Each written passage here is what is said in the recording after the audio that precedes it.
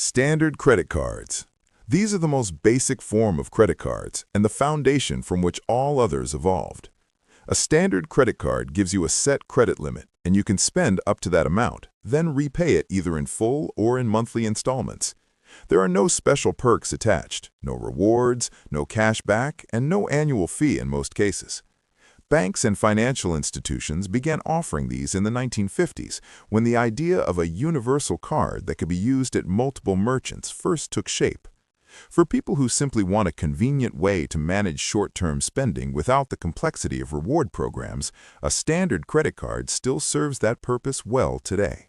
Rewards credit cards. These cards are built around the idea that every purchase you make should give something back. With a rewards card, you accumulate points each time you spend, and those points can later be redeemed for a range of things: merchandise, gift cards, statement credits, or sometimes even travel. The value of each point varies widely depending on the card issuer and how you choose to redeem. Some programs give you better value when you redeem for travel compared to cash.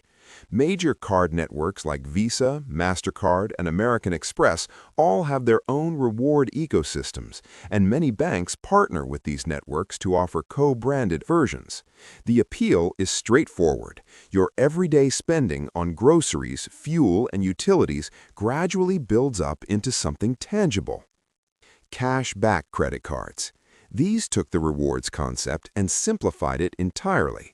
Instead of points or miles that need to be tracked and redeemed, a cash-back card returns a percentage of your spending directly as money. You might earn 1% on all purchases and 2 or 3% on specific categories, like dining or fuel. Some cards offer a flat rate across everything, while others rotate their bonus categories every quarter. The cash back is typically applied as a statement credit, reducing what you owe, or deposited directly into a linked bank account. For people who find rewards programs confusing or simply prefer real dollar value, cashback cards became enormously popular through the 2000s and remain one of the most widely held card types today. Travel credit cards. Frequent flyers and regular travelers eventually need a card designed specifically around their lifestyle, and that is exactly what travel credit cards address. These cards earn miles or travel points on purchases, with accelerated earning when you book flights, hotels, or car rentals. Beyond the earning side, they often include perks like airport lounge access, travel insurance, trip cancellation coverage, and no foreign transaction fees. Some of the most well-known travel cards are tied to specific airlines or hotel chains, while others operate on general travel reward platforms that let you transfer points to multiple airline or hotel loyalty programs. The annual fees on these cards tend to be higher, but for someone who travels several times a year, the benefits can easily offset the cost. Balance transfer credit cards. These were designed specifically to help people manage existing debt. If you are carrying a high-interest balance on one card, a balance transfer card allows you to move that debt over to a new card that offers a very low or even 0% introductory interest rate for a defined period, often between 12 and 21 months. The intention is to give you breathing room to pay down the principal without interest accumulating rapidly on top of it. There is usually a balance transfer fee of around 3 to 5% of the amount moved. Used strategically, this type of card became a practical debt management tool for millions of consumers, particularly during periods when interest rates on traditional cards climbed into the high 20s. Student credit cards.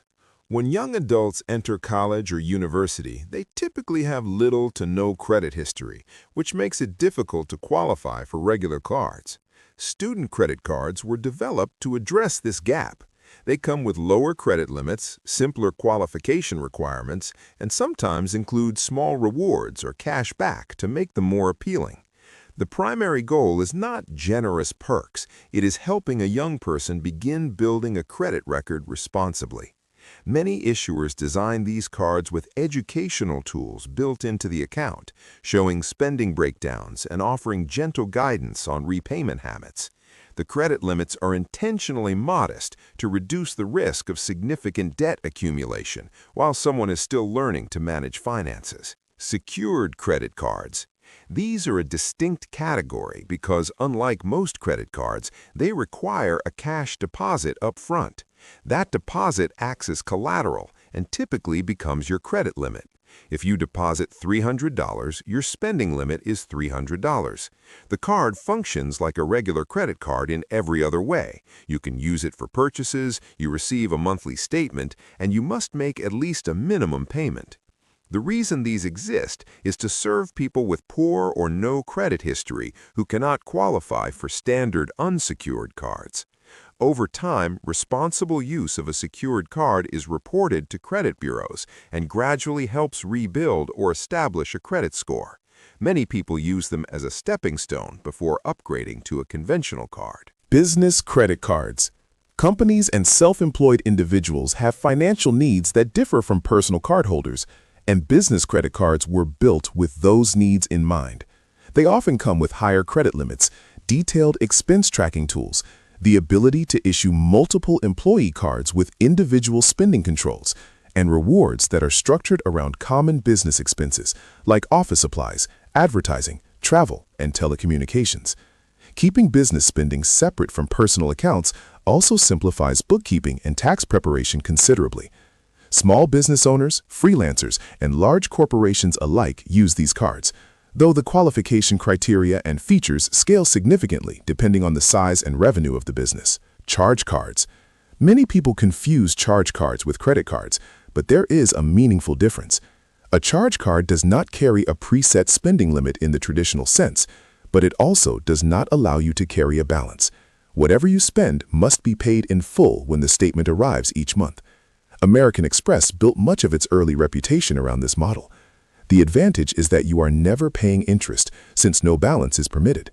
The drawback is the strict requirement to pay in full, which demands reliable cash flow. Charge cards fell somewhat out of mainstream use as revolving credit became more widespread, but they still attract a loyal user base, particularly among high-income professionals who want the flexibility of a high-limit card without the temptation of revolving debt. Co-branded credit cards. These are issued through a partnership between a bank or a card network and a specific brand, retailer, or airline. When you shop at a particular department store or fly with a specific airline and find that they offer their own credit card, that is a co-branded product. The rewards and perks are deeply tied to that one brand. You might earn extra points at the partner brand's locations and enjoy exclusive discounts, early access to sales, or priority boarding. The trade-off is that the rewards are less flexible compared to general travel or cashback cards. Co-branded cards work best for people who are genuinely loyal to a particular brand and spend enough there to extract real value from the partnership benefits. Store credit cards. These are a narrower version of co-branded cards and are typically only usable at the specific retailer that issues them or within a small network of affiliated stores. They tend to have higher approval rates, which makes them accessible to people with limited credit history, though they also frequently carry some of the highest interest rates in the industry. The sign-up incentives are usually prominent, a discount on your first purchase or an immediate store credit, which is why they are heavily promoted at checkout counters. For disciplined shoppers who pay their balance in full each month and shop regularly at that retailer, the perks can be worthwhile. For others, the high interest rate can quickly make those initial discounts feel very expensive. Prepaid cards. Technically, a prepaid card is not a true credit card because you are spending money you have already loaded onto it rather than borrowing from a credit line. However, they function identically at the point of sale and carry the same card network logos, which is why they are commonly grouped in discussions about card types. Prepaid cards are particularly useful for people who want the convenience of a card without a bank account or the risk of overspending on credit. They are also popular as gift cards and for parents who want to give teenagers a card with a fixed amount. One important limitation is that most prepaid cards do not report to credit bureaus, so they do not help in building a credit history the way secured cards do. Premium or black cards. At the top end of the credit card spectrum sit a small category of ultra-exclusive cards known broadly as premium or black cards. The Centurion card from American Express, often simply called the Black Card, is perhaps the most recognized. These cards are typically invitation-only, reserved for individuals with exceptionally high spending volumes and strong financial profiles. The annual fees can run into the thousands of dollars, but the benefits are correspondingly exceptional. Dedicated concierge services available around the clock, access to private airport lounges globally, complimentary hotel upgrades, personal travel agents, and other privileges that ordinary cards do not come close to offering. They function partly as status symbols, but for those who genuinely use the services, the value proposition is real and substantial.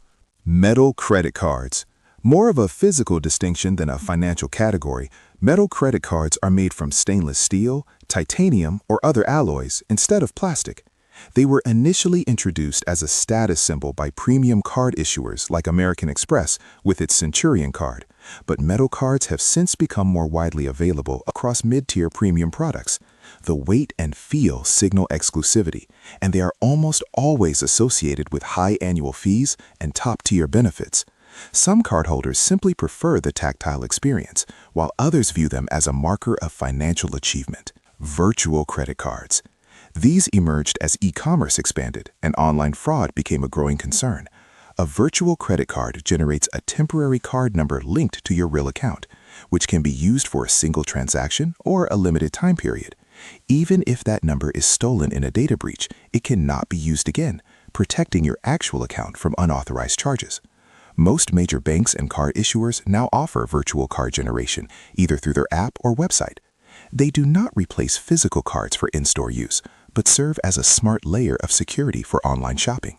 As digital transactions have grown to represent a significant portion of all consumer spending, virtual cards quietly became one of the more practical innovations in card security.